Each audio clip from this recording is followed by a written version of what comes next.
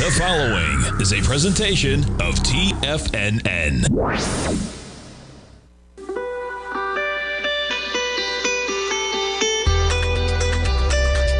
The Morning Market Kickoff with your host, Tommy O'Brien.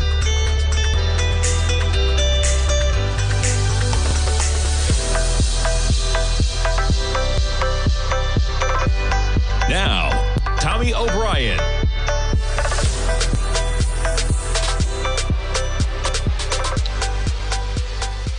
And good Thursday morning, everybody. I'm Tommy O'Brien, coming to you live from TFNN just after 9 a.m. Eastern Time. We got about 24 minutes to go until the start of trading, and you have markets in positive territory yet again. Quite a stretch from the trough we had made on August 8th. We're 2 weeks later, and we are at a price point of 56.55 right now. The S&P is up by 14 points. Trading up about 0.25%, and you can see on the charts how close we are to all-time highs. Just like that, we get it all back basically. We're still about 1.5% away from all-time highs, but you talk about a run from the plunge low on August 5th on that Monday 2 weeks ago to a low of 51.20, and we are now 535 points above that price level, which is remarkable when you think about that's more than a 10% pop to the upside off of that low. Pretty remarkable. NASDAQ 100 up by 77 points, not quite back up to where we are in relation to where the S&P is. You can see the S&P a stone's throw away. NASDAQ 100, we're about 1,000 points away from the all-time high, so that's about 5%. S&P is about 1.5%. You get the Dow right now. Pretty close, about 1.5% as well from those all-time highs. 41,672 is hanging out there. Futures right now trading at 41,052. Bitcoin, 60,850 right now. Been a series of lower lows and lower highs for Bitcoin. Quite a pop yesterday to the upside. You take a look at the shorter-term time frame. You see that acceleration for Bitcoin up to almost 62,000 from being at 59,000 early in the session. You got crude just hanging around $72. We hit a low of 71.46 yesterday. We're trading right now at 72.22. Gold contract pulling back as well. Gold testing the lows we had of yesterday. We're trading at 25.34 right now, technically lower by $13 on the session. Silver is flat at 29.57, and we jumped to notes and bonds. And what do we got right now? Well, we have a little bit of a reprieve, you could call it, as we get the 10-year. With slightly lower price and higher yield, the 10-year right now with a yield of 3.83%. Now, we were at a 3.78, I think we made it down to, maybe even lower than that, 3.78. We were below 3.8, the yield on the 10-year yesterday. We're just back above that, barely. We got some initial jobless claims pretty much in line this morning, pretty tame number, and we get the main event tomorrow. 25 hours from right now, we got Jerome Powell speaking at Jackson Hole, Wyoming, 10 a.m. Eastern Time. His remarks usually become available ahead of that speech, so anticipate a little volatility as the remarks become available. And then the speech itself, who knows, anything can happen. But those remarks do become available prior to his speech, so anticipate just before 10 a.m., somewhere in that 9 o'clock hour, things are going to rock tomorrow for Jackson Hole. But we get back to the markets, and yeah, you talk about quite an acceleration. 56.54 right now in the S&Ps. We jump over to the initial jobless claims out this morning. 232,000, up by 4,000, pretty much matching estimates. The 4-week moving average falling to the lowest level in a month. Yeah, so there is the initial jobless claims, and then there's when you got a 4-week moving average. And a 4-week moving average basically has us chopping just under 240,000, which is a pretty healthy number, all things considered. They've added the arrow on here, Bloomberg has, and yeah, you can see, though, that would be a series of higher highs and higher lows in the initial jobless claims market. Not alarming yet, but if that trend is intact and we are going higher, but you know, what you can say is, you know, the last month and a half or so, right, 2 months, we're almost right there in terms of just chopping around on a 4-week average. We'll see where we go. But jobs, doing all right so far. And yeah, this was the talk of the town a little bit yesterday. We'll get into that, the revisions of the jobs. Continuing claims, though, 1.86 million. Market was looking for 1.87, so pretty close in line.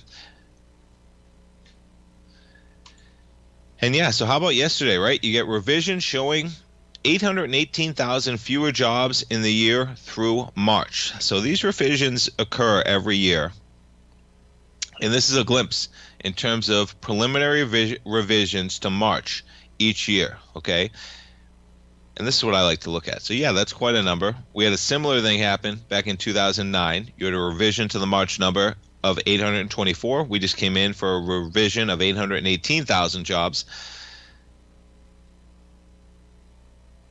And, you know, you got to go back all the way to 2022 where it was actually a bigger number. So there is some skew here on these job numbers we're getting. And that's what probably is in the back of the Fed's mind, right? Even the numbers you're getting, they're not always an exact science, as there is lag for all these numbers to catch up and for it to show in the economy and for the data to be represented accurately. The revision suggests the labor market started moderating much sooner than originally thought. It wasn't until earlier this month that markets and economists grew a little bit alarmed over that July jobs report. And when you look at the pace, when you spread it out, before the report, okay, figures indicated we added 2.9 million jobs. Well, you shave off 800,000. Now you're at 2.1 million. Before the report, you were looking at about 242,000 jobs added per month. You tie in the 80,000 jobs over about that period, and you're talking about only 174. Still a healthy rate of hiring, but a moderation from the post-pandemic surge. And I would add an adjective there, like a steep moderation, right? Not just a small haircut. So, yeah, nonetheless, that data comes out. We'll see where we go. We go to a little bit of Fed talk. Fed Schmidt says he wants to see more data before a rate cut. I only keep this in mind because I'm pretty sure, bring this up, I should say, I'm pretty sure, and this is just an opinion, of course, like we all have, but the minutes were out yesterday, right? And we got that one up. Several saw the case for cutting rates in July. I believe that's coming, but I don't think 50's coming when you still have Fed members speaking at Jackson Hole ahead of Chairman Powell tomorrow morning, saying that they're not even ready for a cut yet, let alone the discussion of is it going to be 25 or 50, right? Kansas City President Jeffrey Schmidt says he wants to see more economic data before supporting any decision to begin reducing interest rates. Well, they know they get to see more data, right? You get to see the August report that's coming out September 6th for non-farm payrolls, for wages. That's going to be a very important one. And, yeah, but pay attention to that, because if they were really going to bring the party with 50, maybe Chairman Powell makes it clear on Friday when he speaks tomorrow on Jackson Hole. But that's a far cry from where you really need to be, right? Yeah, so you got a little Fed speak out here, and the Fed speak saying, hey, let's just continue to see the data before we really bring it and decide that we're going to begin cutting rates. I mean, this data we have right now, folks, is great.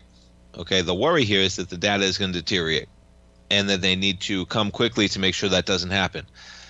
But that's anticipatory. And the tough part about that is it's anticipatory at a time when there are, going to be inflationary pressures when they do begin to cut. I had a great conversation with Teddy Kegstadt yesterday. He's on the programs Wednesday at 40 past. And, he's been making that case. He doesn't believe that they're going to be cutting to the dramatic degree that the market does because of the inflationary factors that are going to come into this market when the Fed begins to ease the cost of capital, right? They bring down rates. They bring down mortgage prices. When they bring down the cost of a loan to purchase a car. All of those are going to add to demand, which will push prices higher, inevitably, one force. We got a lot to talk about, folks. Stay tuned. We'll be right back after the break. If you're looking for potential trading setups in the stock market, then Rocket Equities and Options Report is a newsletter you should try. Tommy O'Brien delivers options and equity trades when the markets present them using a combination of fundamentals and technicals. Sign up for Rocket Equities and Options Report today with a 30-day money-back guarantee so you have nothing to risk. For all the details and to start your subscription today, visit the front page of TFNN.com. TFNN, educating investors. In the world of trading, only a few names stand out like Larry Pesavento, a pros pro with over 50 years of experience. Larry has seen it all. A former Chicago Mercantile Exchange member, Larry has authored 10 books and trained over 1,000 traders with his unmatched expertise. Introducing Fibonacci 24/7, Larry Pesavento's daily trading service that turns the complexity of markets into opportunities. Published every Sunday, receive a comprehensive report packed with detailed commentary, charts, and videos that illuminate the patterns shaping the markets, with updates throughout the week exclusively for subscribers. Whether through charts or videos, Larry's analysis is your roadmap to navigating the markets. You can sign up now at TFNN.com for just $97. And with all TFNN newsletters backed by a 30-day money-back guarantee, you have nothing to risk. For all the details, visit TFNN.com. You'll find Fibonacci 24/7 right under the newsletters tab. Building wealth trading in the stock market seems impossible to most people. They think it's too volatile and risky. Most people aren't going to take the time to educate themselves on how to do it right. But you're not most people, are you? At TFNN, you'll get the guidance you need to refine your strategies and techniques to invest like a pro. Because you'll be a pro. All TFNN subscriptions, books, software, and courses are available at TFNN.com. And I'm even going to tell you how to get them for less. Use TFNN's Tiger Dollars and you'll get up to a 20% bonus on your purchase. And once you apply them to your account, Tiger Dollars are automatically used for all future or recurring charges. Tiger Dollars also never expire, are fully transferable, and are a great way to add savings to your newsletters or services. Become the investor you were born to be at TFNN.com. TFNN, educating investors. There's no better time than now to sign up for Live Trading Fridays. Why is that? That's because the next trading session, this Friday, August 23rd, coincides with Jerome Powell's Jackson Hole speech. Chairman Powell's comments have the power to greatly move the market, and Larry is ready to capture those gains on the moves. Use code LarryAUG24 at checkout to save $50 off your first month. See you there, Tigers. This portion of the Morning Market Kickoff is brought to you by Direxion's daily leveraged and inverse ETFs. Whether you're a bull or a bear, you choose the direction. Visit Direxion.com. Investing in the funds involves significant risk and should only be utilized by investors who understand the impact of leverage and actively monitor their portfolio. They are not designed to track the underlying index or security for more than a day. Before investing, carefully consider a fund's investment objective, risk, charges, and expenses contained in the prospectus available at Direxion.com. Read carefully. Distributor Foreside Fund Services, LLC.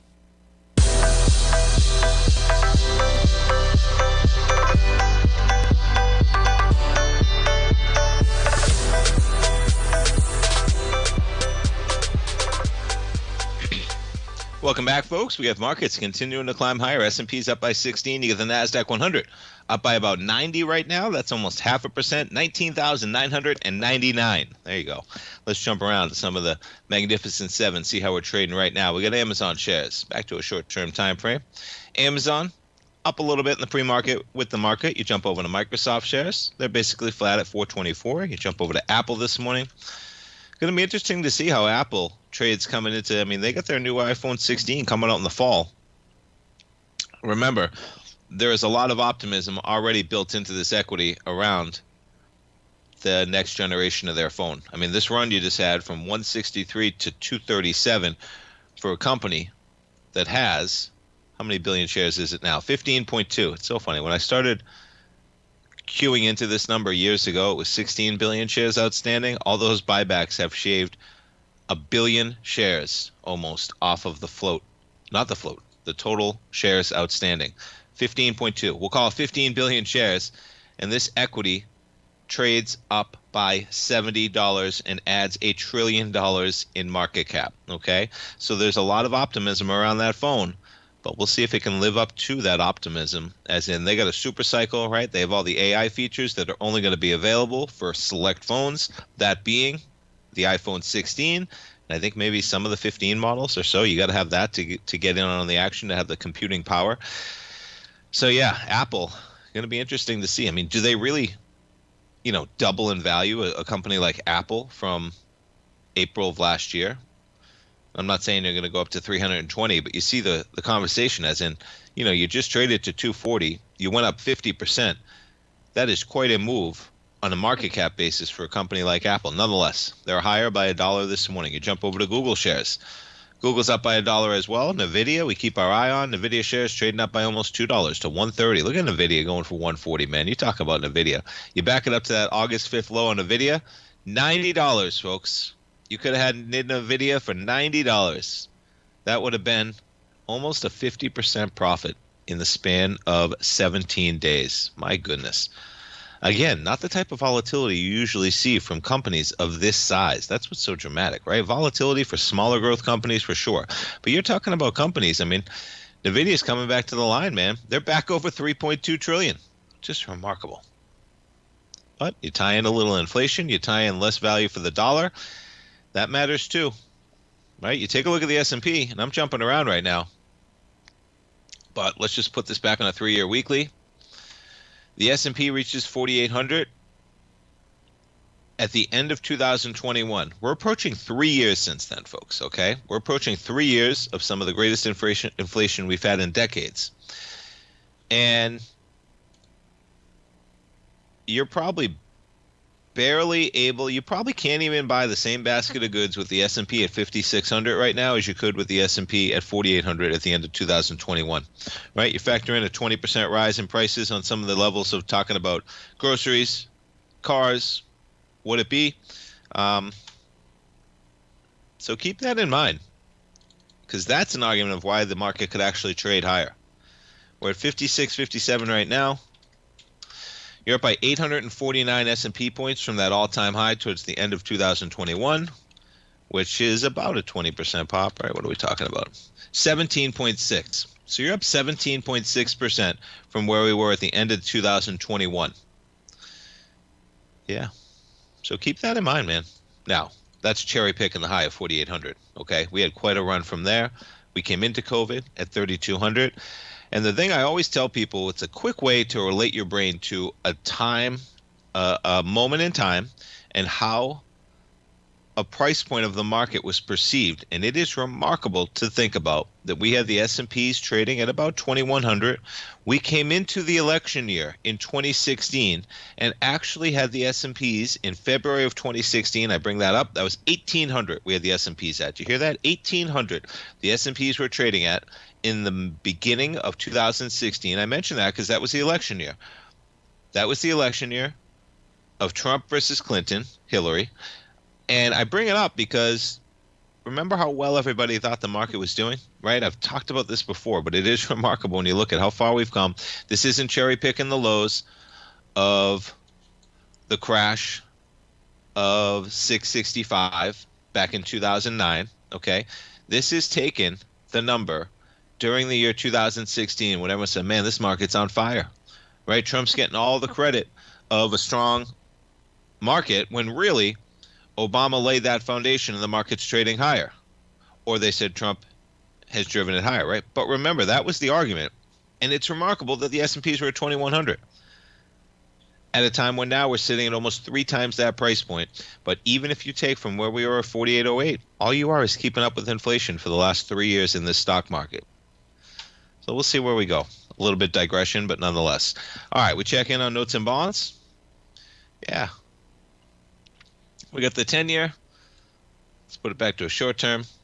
Just chopping around. 113.16 right now. We check on gold. And yeah, gold pulling back a little bit, 25.29. But you take a little bit of a longer-term picture on gold, man. You got higher highs and higher lows in this market continually. You chop around for a period of 4 months, from April to the end of July. And then, yeah, we are higher. All right, we get into some individual equities. We got Peloton. Now, what's interesting is, here's the headline for Peloton. Peloton shares rise more than 10% as turnaround plan takes hold and losses shrink. Okay, be careful with Peloton. A very general warning. But so I pulled that up. I said, oh, Peloton. Is Peloton rocking? This is what a pop of 10% looks like on this stock when you've gotten decimated from $171 down to $3. Okay, we go back and just pull up the daily for the last year, and again, this is what that pop looks like. Be careful. All this looks like is consolidating near a low and maybe building strength to break through that low. This company's still valued about $1.3 billion. Okay, they're an extra, yeah, almost 1.4 right now, $1.37 billion. Now, can they have a future? Yes, they can. They're valued at almost a multi-billion-dollar company that sells exercise equipment. This business is ridiculously hard, folks. If you've been around enough, you've seen the amount of exercise equipment, the amount of whether it's P90X, right? All the different ranges that come that make their way. They used to be all over TV on infomercials. Now they're probably all over the internet. They've returned to sales growth for the first time in 9 quarters. That's got to be encouraging, okay? Connected Fitness Company posted quarterly results that came in well ahead of expectations. The bike and tread maker has been working to improve balance sheets. Yes, they sure have. Loss is only 8 cents versus 17. Revenue, $644 million versus $631. Not bad when you put it in that context, right? They are popping a bit this morning. Percentages on small numbers can be deceiving. Remember that, folks. Percentages, when you're using small numbers, can be deceiving. A 10% pop on a stock that's fallen from $172 to $3 only gets you back to $3.30. Coming back for the open, we'll finish up this. We'll talk some other equities. Don't go away, folks. The consistency you're looking for is closer than you think. 1 or 2 adjustments are usually all you need to change your equity curve from red to green and keep it there. Come join Larry Pesavento live to learn what separates the winners from the losers. Join Larry Pesavento on the 2nd and 4th Friday of every month for 3 hours of live trading from 9 a.m. to 12 p.m. Eastern Time, where Larry will show you the market setting up and, most important of all, the state of mind of a winning trader. By watching Larry trade, you'll learn the Fibonacci levels, you'll learn how to apply A to B to C to D trading patterns, you'll learn trade management, pattern recognition, and much more. Join Larry August 9th and 23rd for more live trading action. For this month only, use code LarryAug24 at checkout to save $50 off your first month as a subscriber to Live Trading Fridays for his live trading sessions, where you'll sit right beside him as he trades the market live. For this month only, enter code LarryAug24 and save $50 off your first month. For all the information and to reserve your spot today, visit the front page of TFNN.com. If you spend any time online researching trading techniques on how to begin your trading journey, you've no doubt come across many folks who push Forex trading as a way to make big money quickly. Unfortunately, there are equally as many stories of these so-called Forex professionals just looking to make a quick buck off aspiring traders without actually teaching the ins and outs of the Forex market. This is what sets Teddy Keckstack's The Tiger Forex Report off the riffraff. Every Monday, former Chicago Mercantile Exchange member and author Teddy Keckstack releases his Tiger Forex Report newsletter, where he dives into the complex world of Forex and takes time to actually teach you his methods that have made him so successful in the fast-paced and rewarding world of Forex trading. Furthermore, all subscribers receive access to archived live streams of Teddy's, where he provides university-level education to help you in Forex trading. All first-time subscribers receive a 30-day money-back guarantee. So what are you waiting for? Forex awaits.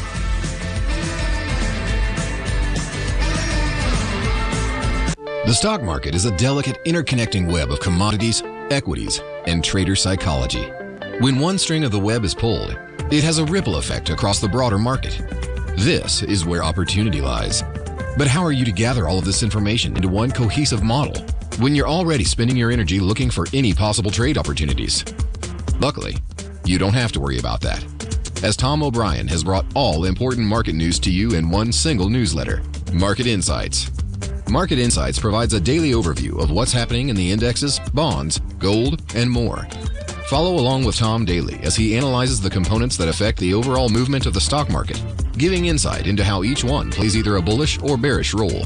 Tom also analyzes specific equities that he believes has the potential to make huge returns, and his track record proves his analysis right.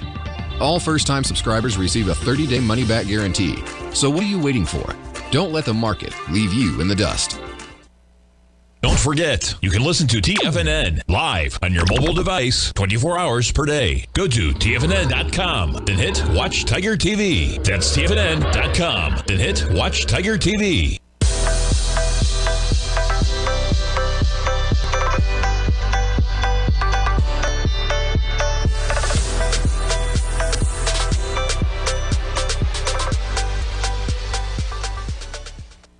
Welcome back, folks. We got markets open. You got the S&Ps up by 17 points right now. Markets in positive territory. How about the Russell, though? Slightly in the red for the Russell there. Negative by 1 point, 2178. S&Ps pushing 20 points higher. Are we going to come into Jackson Hole right at the all-time highs? We may. And what's it going to take to push that market over? We will see. We get Chairman Powell tomorrow morning. We already got a little bit of Fed speak out there this morning. We were talking about Kansas City Fed chief is talking about needing a little bit more data before they get a cut. Quite a far cry from the conversation of emergency 50 basis points, emergency 75. You hear the Fed out there actually saying we need more data before we even cut 25. So brings a little bit of sanity to that conversation. But S&Ps, they take it and run. We're higher by about 0.4% in the S&Ps right now. And you jump over the Qs, we're higher by about 0.6% at 485.35. Back to Peloton for a moment. Now, up by 20%. All you are is back to where this equity was trading at on July 17th. And getting into some of the numbers, man. Is this the article? Yes, it is. So, what they had out here, return to sales growth for the first time in 9 quarters. Okay, that's what's putting this equity higher. Okay.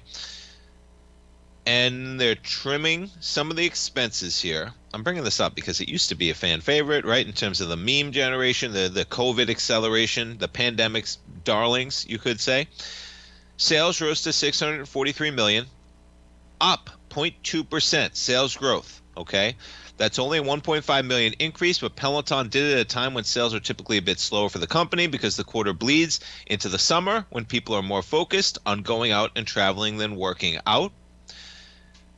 Now, where did they get this money from, though? Okay. Fitness hardware, they're falling about 4%. So that's going down. People aren't buying their fitness hardware. Subscription revenue rose 2.3%. That's where they're getting it from. The segment's gross margin increased. Though hardware sales are down, they're growing the subscription revenue through the secondary market where people can buy used stationary bikes for a fraction of the cost of a new one. So what's happening is people are buying old Pelotons used, and then they're signing up for the subscription package. That is not a recipe for a strong future for this company, because that tells me that you got people who probably bought these bikes during the run-up, during the pandemic, the last couple years. They didn't use them as much as they wanted. They're selling them now. And yes, you'll have a constant cycle of people not using them, selling them. But this is probably an especially drastic period of that company's time when you're getting a rollover on that type of inventory, which is not going to be always the case. Now, you go further down into the numbers. I mean, you talk about percentages on small numbers being deceiving. Sales from their treadmill portfolio grew 42% year over year. That's a tiny number compared to what they're doing with bikes. Okay. Net monthly paid subscription churn down 1.1 percentage point. You like to hear that for the churn going down. Okay. But let's see, where was I getting into? The actual numbers that they had here, they're not that great, man. Yeah, they're trying to save money. They're cutting the workforce. Okay. Profit over growth is where they're going. They generated $26 million in free cash flow. That's what the market likes as well, I'm sure, compared with negative $74 million a year ago. Remember, they're still valued at almost $1.5 billion. Okay, quite a value for this company. Now, yeah, they cut sales and marketing spending by almost $26 million or 19% for the current quarter. Okay, here we go. The company anticipates sales between $560 million and $580. Well, the market was looking for $610, so they're going to do less sales than the market thought. It's expected to post EBITDA, though, higher than what the market was thought. So they're just decreasing all that marketing expenses. They're not going to bring in as much as the market was anticipating with $610 million, but they're going to bring more of it to the bottom line. What about subscribers, which was part of the area that was growing, right, from all those resales? The market was looking for those subscribers to be at 2.96 million. They came in at 2.88 or 2.89. Yeah, that's the current quarter, what they're looking for. So they miss on those, right? For the full year, Peloton expects sales to be 2.4 to 2.5. The market was looking for 2.7. So what do? For the full year, they're going to miss on sales. For the current quarter, they're going to miss on where you thought they were going to be for subscribers. For the current quarter, they're going to miss on sales as well. And they're getting a lot of money from people who are reselling bikes and then getting some subscription revenue for those bikes. Yes, they're probably going to be around, but anyway, what's said is said. They're up by 18%. Be careful in that equity as they miss on sales, they miss on subscribers, and they're growing their business by getting people to sign up who are buying bikes that other people aren't using. Okay? The only reason that the subscription revenue is running is because current customers who have a Peloton are selling it because they don't use it, and other people are buying it, and they're in that energized phase where they're going to sign up for a subscription until they realize it's probably not worth it. It's probably not worth the money. They're going to cancel it. Maybe they'll sell their bike and they do it again. Nonetheless, you're up by 19%. You want to trade this thing? Trade it for sure. But longer term, don't stow this away in an IRA or 401k and think you're going to make it when it makes it back up to 173, folks. That's not happening. And remember this lesson. Being a health company based off one product, very difficult. And they're trying to make the change to a couple products. They are. But you see how difficult that has been. All right, what else we got? Yeah, I was reading this one last night. I was. When did this come out? Yeah, yesterday. I was reading this one last night. Flying cars. They're coming, man. They're coming in the next decade. I always joke. Tommy's 3 years old right now. He's about 3.5. So what? He's got 15 years until he's 18. I was reading the article yesterday that teens aren't driving anymore. That has a lot of factors that go into that one. Costs, insurance, life changes, etc. But I'd always said he's probably going to have a fleet of self-driving Ubers and Teslas by the time he needs a license. He might even have flying cars after this article, folks.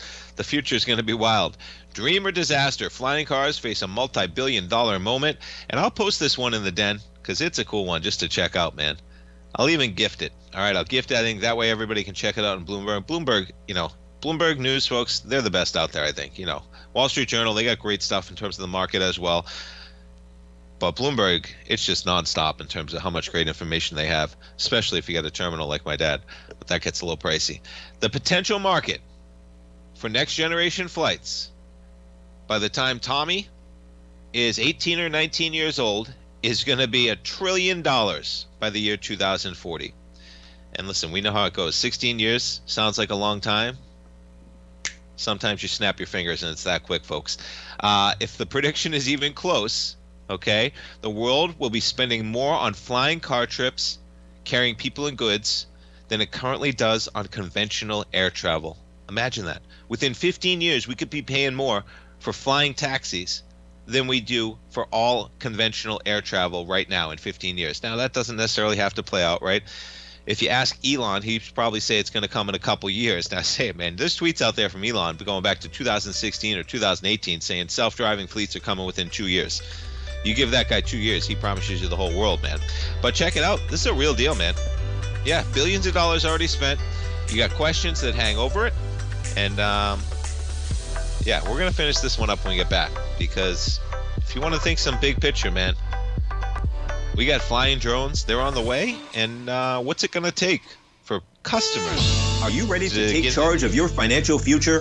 TFNN is your gateway to the world of trading and investing. Whether you're starting out or scaling up, TFNN empowers traders and investors of all skill levels with top-notch investing systems, strategies, and techniques. It's time to protect and grow your money with insight you can trust. Join us live Monday through Friday during market hours for exclusive content that moves with the markets. At TFNN, we bring the trading floor to you. Our seasoned hosts are here to answer your calls and questions live on the air. Check out the Tiger's Den for just $1 and follow us on YouTube and become part of our vibrant community. And remember, at TFNN, we're so confident in the value we provide that we offer a 30-day money-back guarantee on all new premium newsletter subscriptions and services. You have absolutely nothing to risk, so why wait? Tune in live to Tiger TV and transform your trading journey. Because when you know better, you invest better. Join us and experience the difference today.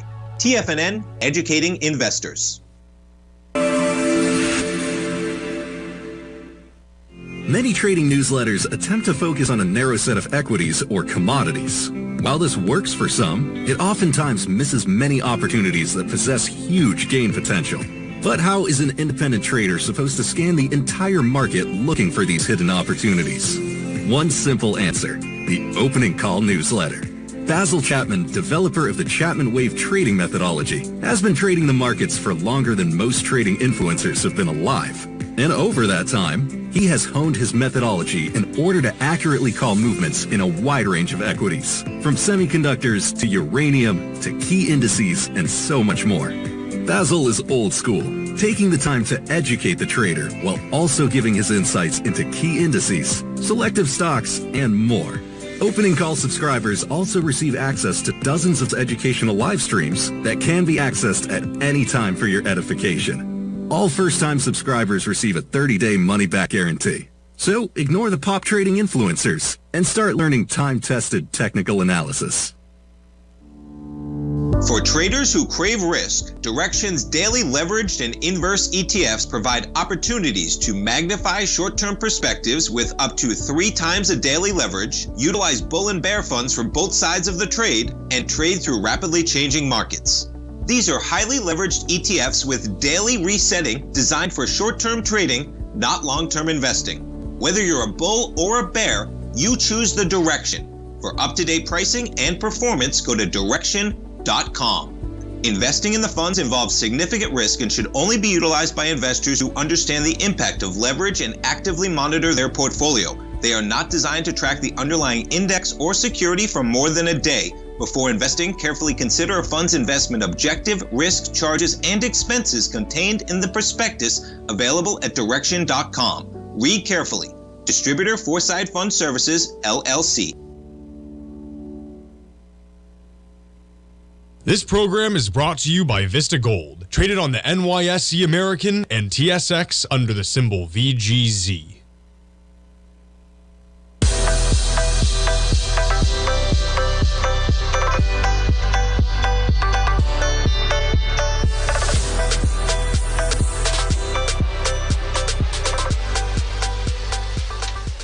Welcome back, folks. We got the S&Ps up by 20 points right now. We make a high of 56.64 for the day. We're just a few points off that price level. And yeah, it is interesting, man. Let's check out how Tesla's doing. You know, Elon wants in on this market, man, $1 trillion by the year 2040.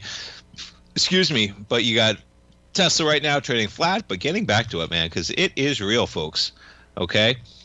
And they talked about in this article, and like I said, it's a long one. I'll post it in the den towards the end of the program. You can check it out. They had, so inside the tiny plane, check it out. That's how it kicks off. Of course, where are they? In China. 100 feet above the ground, 16 small electric rotors are in the plane. Waiting below, murky waters. Inside the plane, a Bloomberg News reporter. Not a pilot at all. Yeah. And one question they posed, look at these vehicles. Talk about sleek, man. That's at the 2023 Dubai Air Show. Look at that thing. Now, they talk about in this article, the Holy Grail is getting it for the same price as a cab. I don't know if that's going to be the case if that's what it looks like you're flying in, because that looks like it costs a lot more than a cab does, right? But that is where you probably get to $1 trillion if you're pumping those out at an affordable level where you can actually pump them out to the masses. Yeah, it's not clear, and this is going to be another one. This is what I talk about with Tesla. They got a problem here because trust is going to be a huge factor. It's not clear that the traveling public will want to board a flying machine that does not have a pilot. That's going to be an obstacle. It's one thing getting in a Waymo van or something like that that's rolling around town and local streets doing 15 miles an hour.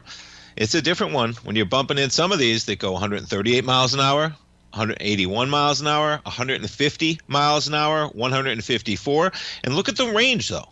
Okay, the range is only 100 miles. Now, that's going to go up. Okay, if this is going to be huge in the next 15 years, the range is going to go up. There's no reason why. My dad's in the Tigers Den saying we could be on Cape Cod every weekend, man. We could be on Cape Cod every weekend. They got to make the range a little bit bigger for some of these, but that's pretty close to where you're going to be, right? To offer rides and flying taxis for the price of an Uber, yeah. That's what they're thinking. An improbable goal to many. You got Boeing in there in the mix. Will require production at an unprecedented scale. We know the car companies, man, they need scale, right? Many companies are going to fail. That's what they talk about here. You're going to have a lot of people losing a lot of money in this business before you really find out who the winners and losers are. So be careful when you make that large wager, if you do, on some of these because there's going to be some winners, but there are going to be some losers, because it is a capital-intensive quest that they are on. They have a long time to do it, and they have huge obstacles, and one of those big obstacles is going to be consumers being willing to jump into an unmanned flying drone. We'll see. I mean, that's where, to bring it back, that's where Tesla's going to have some problems. He's going to have his fanboys, but boy, he's overpromised and underdelivered so often. It's tough to see how that plays out when you're going to need trust as a huge factor. It's the reason why Boeing's got so many problems right now. Who would trust Boeing right now, right? Yeah. There are dozens of companies making so-called EV takeoff and landing aircraft. Yeah, they got small rotors. They got them all. And they just go back over the history. But I'll post this in the den.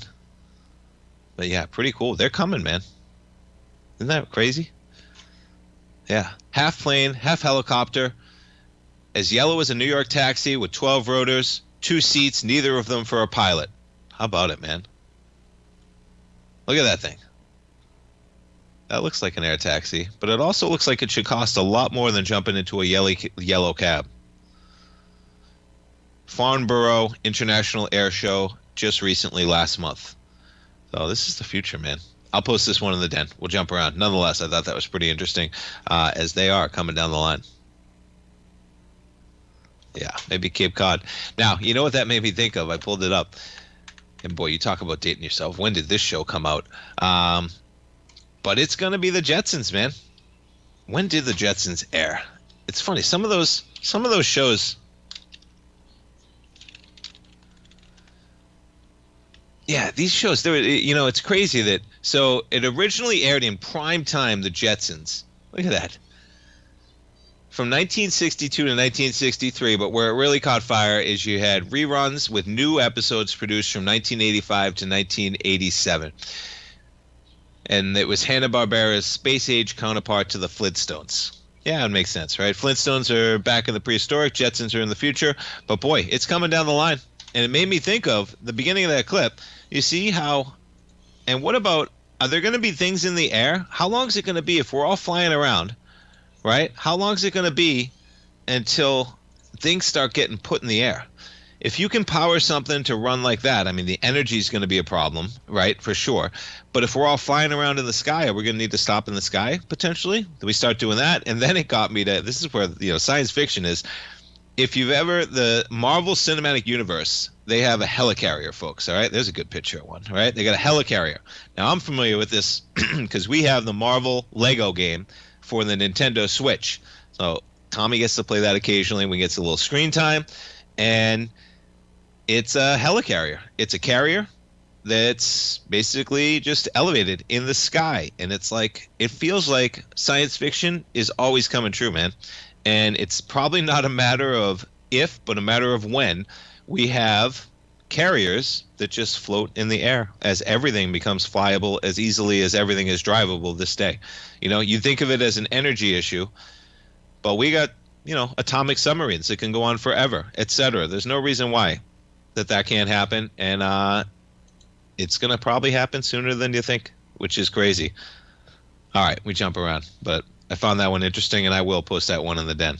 All right, we got a little rollover right now. I don't know what just happened, but boy, we just got a little selling, man. Check that out. We just had the Dow drop 150 points. The S&Ps just dropped 15 in a heartbeat, man. Look at that. We'll put it on a 1-minute chart. In like 5 minutes from 9:45, you got a spike up, and that was short-lived. We're back to 56.54 right now. You got Bitcoin dropping a bit. Gold dropping as well. We got some action. People are positioning their... Look at the move we just had in yields, man. Yields just spiked to 113.08 like that. And we're back to 113.15. Let's check in on the dollar. There you go.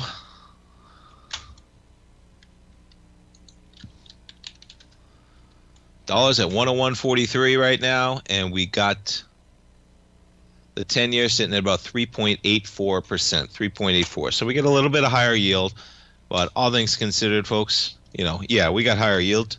But if you're thinking 3.84 is a higher yield, yeah, we're just chopping around at this level right now, which is right about where we are at 113.5 on that 10-year. Pretty remarkable. Yeah, the saga with the Mike Lynch and the boat off Sicily, that's a tragedy, without a doubt, man. 6 people dead. Seems like they've started recovering the bodies. His body, he's been named. I found myself thinking today, so it's interesting. That fraud case was just in June that it got decided, just in June. And they were out there practically celebrating that they were vindicated in their aspects. We'll talk about that when we get back, but you never know what path some decisions put you down on life, and we'll finish it up. S&P is only up by 10. We'll be right back, folks. The Gold Report. As a precious metal, gold is still king.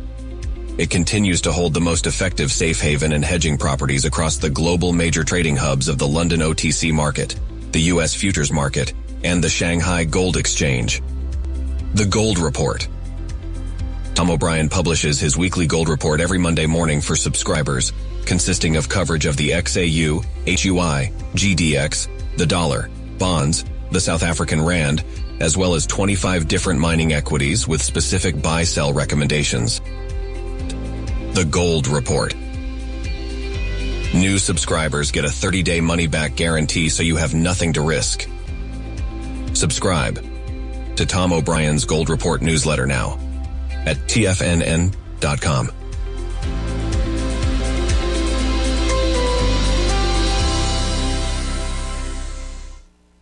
Steve Rhodes started his trading career as a student almost 20 years ago, and the student has now become the master. Steve won the prestigious Timer of the Year award in 2018 and barely missed that mark again in 2019, finishing at number 2 for the year. An amazing accomplishment. Steve Rhodes is committed to sharing his techniques and knowledge with anyone who wants to learn, and he shares his vast amount of trading knowledge every day in his Mastering Probability newsletter. Steve's award-winning newsletter, Mastering Probability, is delivered every trading day with updates throughout the afternoon. Sign up for Steve's market newsletter, Mastering Probability, and you'll receive access to 7 of Steve's educational webinars absolutely free. At TFNN, all our newsletters come with a 30-day money-back guarantee, so you have absolutely nothing to worry about. Visit TFNN.com and try Mastering Probability 30 days risk-free today. TFNN, educating investors. The reality is that navigating financial markets can be risky. Markets can be chaotic and difficult to understand. Having the latest market advice can help you turn this chaos into a key for creating winning trades. At TFNN, we understand that it can be hard to find reliable market news. That's why each of our market experts offers their very own market newsletter, a must-have tool for every trader out there striving to find an edge in today's markets. TFNN newsletters cover every aspect of the markets so you can analyze the market before you trade. Try any of our great newsletters risk-free with our 30-day money-back guarantee. Just visit the Newsletters tab on the front page of TFNN.com. TFNN, educating investors. Don't forget, you can listen to TFNN live on your mobile device 24 hours per day. Go to TFNN.com, then hit Watch Tiger TV. That's TFNN.com, then hit Watch Tiger TV.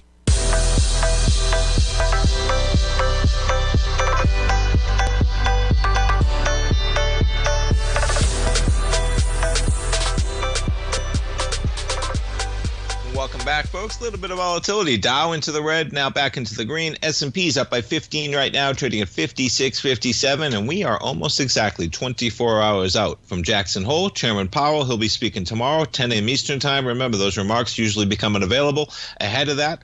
And don't forget, folks, we got our man, Larry Pesavento.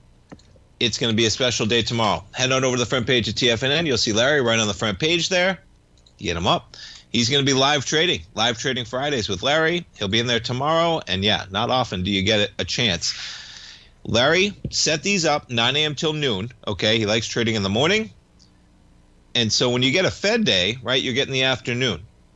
Chairman Powell usually is speaking there at about 2:30, right? We get the announcement at 2 o'clock, the press conference at 2:30 on Fed days. So you don't get that opportunity with Larry. But this is a special one, man. Jackson Hole, especially where we are, This is one of the last opportunities for him to really signal where the Fed is going to go ahead of their expectation that they're going to begin cutting for the first time in a cycle come September. You could see some volatility. Get in there. You can use code Larry, AUG, stands for August 24th. Larry, AUG 24. You can save $50 off your first month. So you get in there, you save $50 off the $295 price. You're in there for $245. You gain access to Larry tomorrow. Starts at 9 in the morning. And you get the archives as well. And then you get a second class. So you get 2 live trading classes for that. And yeah, Friday should be a special one.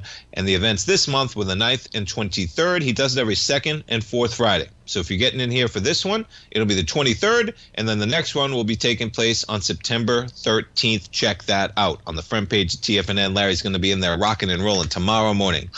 Yeah, you know that. And the Mike Lynch deal, it's just wild. I was going to say coming into that last break, you think about regret and all this stuff. It is pretty amazing how sometimes life puts you down forks, and never regret some decisions, folks. You think are good, you think are bad. You say, we'll see how we go. Stay focused on the forward. Because when he had that jury ruling back in June, right, it's remarkable that he gets innocent, and that puts him on a path, unfortunately. You think of something, maybe you want to go to a special college or something, you get turned down, you don't go there, you spend your life saying, man, that would have been cool. You never know. You could have celebrated the first night out. You never know in life. Just stay focused on that forward. Folks, stay tuned. Basil Chapman's up next with the Tiger Tech.